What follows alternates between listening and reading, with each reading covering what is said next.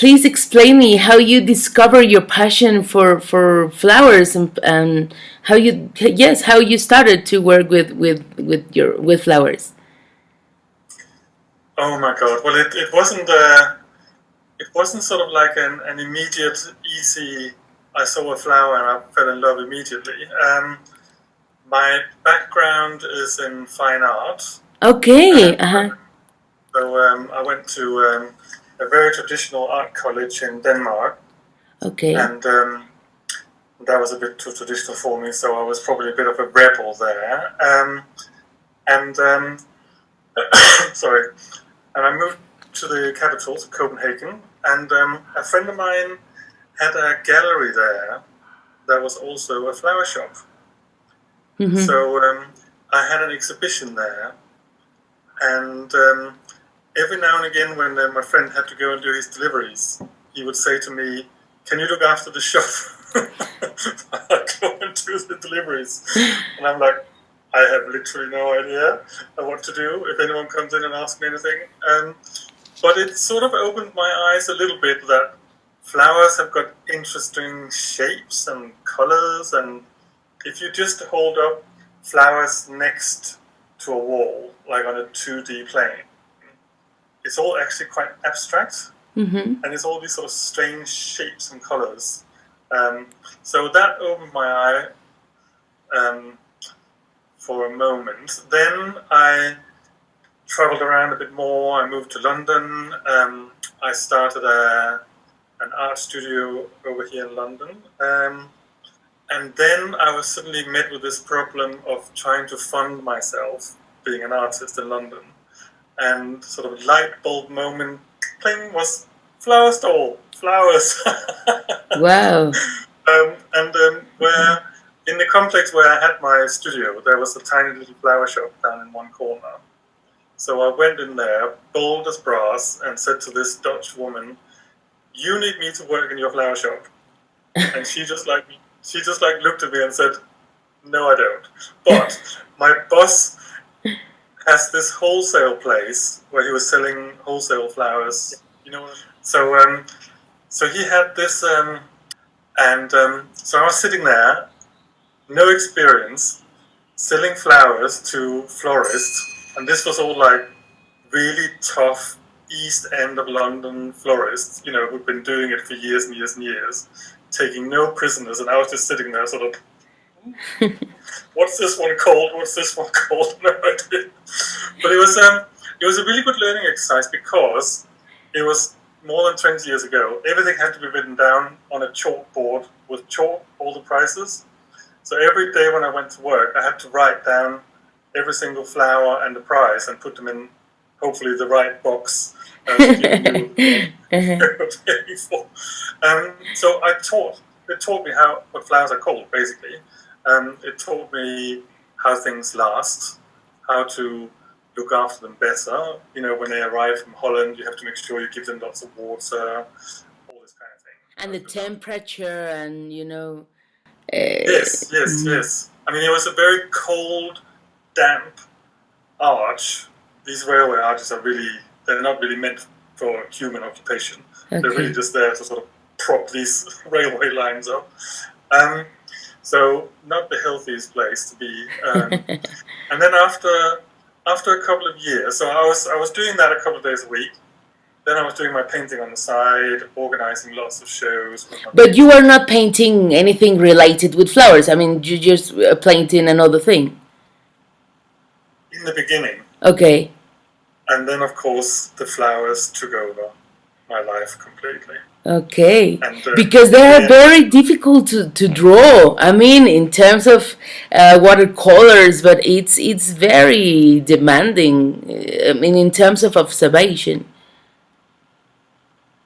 that is true, but you can sort of start at any point. You can either go really close in and Hmm. concentrate on like the colors and the shape on a sort of macro scale, or you can go Yes, just have it at the composition yes, of yes, color.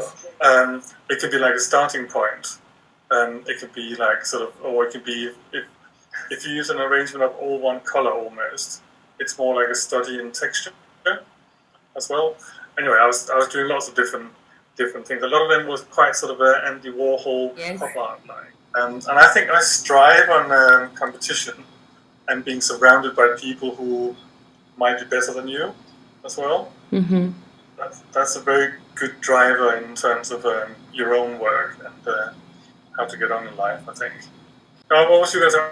I was just going to say that I don't really want to be a small fish in a small pond or big fish in a small pond or however the saying goes. What were you going to say? Um, I actually didn't know that this was a huge work. I mean, in Mexico we do have like market flowers, or the person who puts the flowers in the weddings. But what you did in this show really amazes, because we never, well, at least me or my friends who are very who love plants, and in their homes, as gardening also took this amazing interest for the people who are on quarantine. We never thought that you could actually go in that way, in that term. But I think that the work of Hank and you showed a lot of knowledge. I mean, even in the first exercise till the end, you show that passion, but also it was ruled. I mean, all the competition was ruled by art. It was not something that the florist could do. You need to have like the concept and the structure, and the everything related with art, and with even with architecture. I don't know how what you've learned. I'm actually really pleased that that's how it came across. Yes. Because I think it was what they wanted to achieve with the program, but we didn't necessarily know that when we entered the program.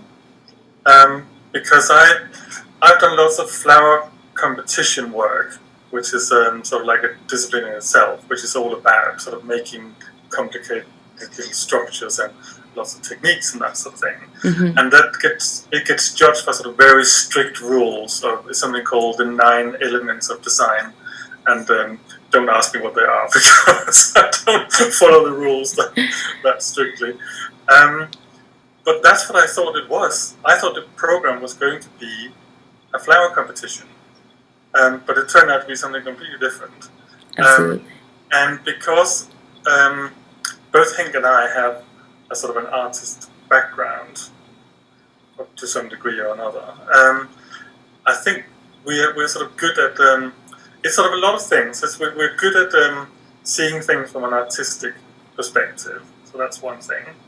I think because we both work in events, we're used to having a time pressure.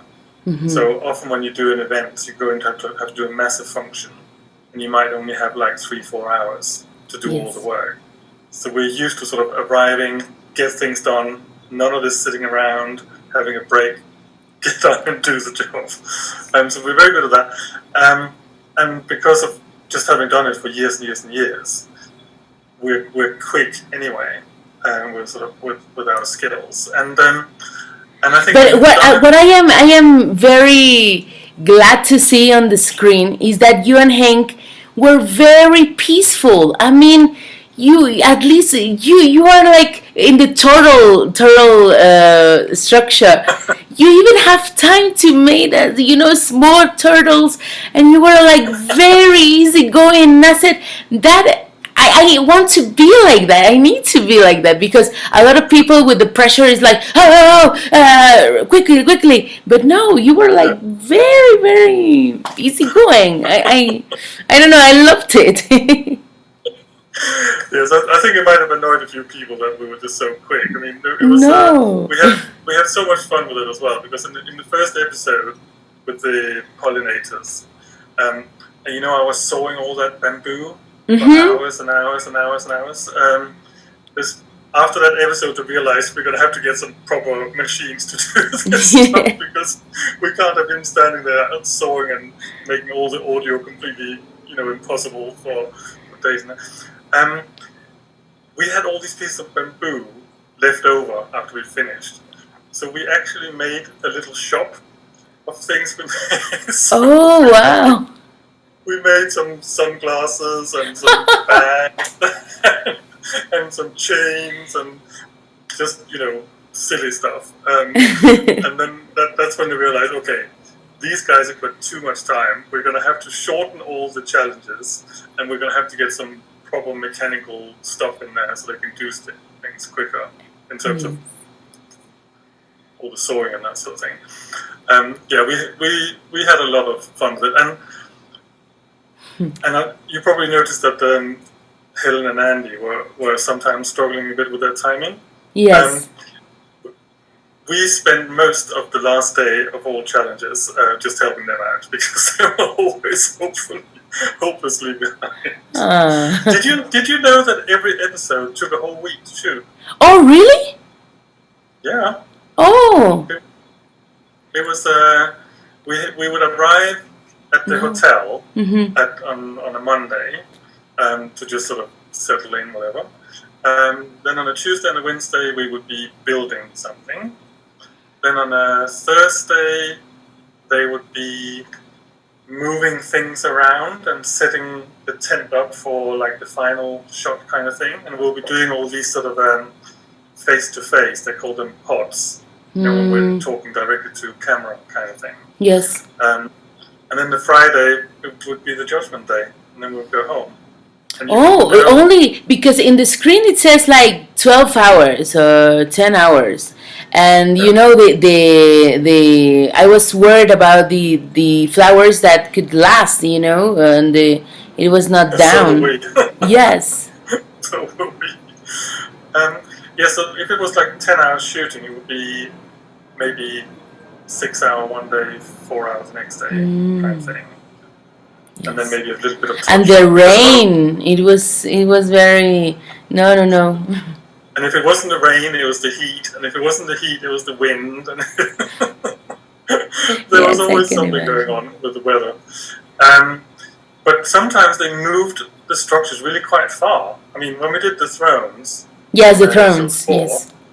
They were in the tent to start with, and then when we came back, they were in the field, which was like yes. It has no protection at all.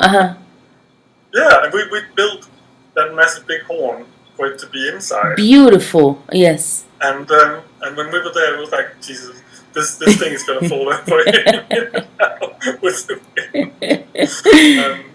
Go a bit. Okay, here you go. They told us it was meant to be fit for a castle, and there's a big castle next door to where we were shooting. So we were like, yes, we're going to go to the castle. They took us to the field. And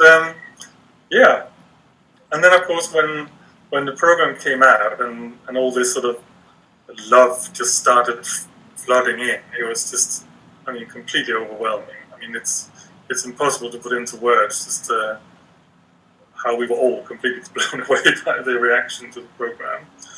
So there you go. But we're sort of putting some plans together at the moment. Everything is baby steps. Because I thought rather than us trying to set up a completely new school or set up in London, I have been talking to flower schools around the UK. How many flower schools are in the UK? Oh, there's quite a lot, actually. Oh, yes? Wow. We have something in London called Chelsea in Bloom. Okay. It's at the same time as the very prestigious Chelsea Flower Show. And it's basically the whole area around Chelsea Flower Show, Sloane Square, King's Road, those areas. They decorate all their shops according to a theme on the outside. And it lasts for like a month. And that has been going for like 10 years, and that is getting bigger and bigger and bigger every year, up until this year when it was like, stop. Well, thank you. Thank you so much for your time, Jan. If you want to say a message for your Latin American audience, your fans, please, you are free to do it. Well, all I can say is that I love you all. You have an amazing energy. I can feel the crazy, radiant smiles every time I get a lovely message from over there. You all claim to be my biggest fans, but I am definitely your biggest fan. Thank you so much.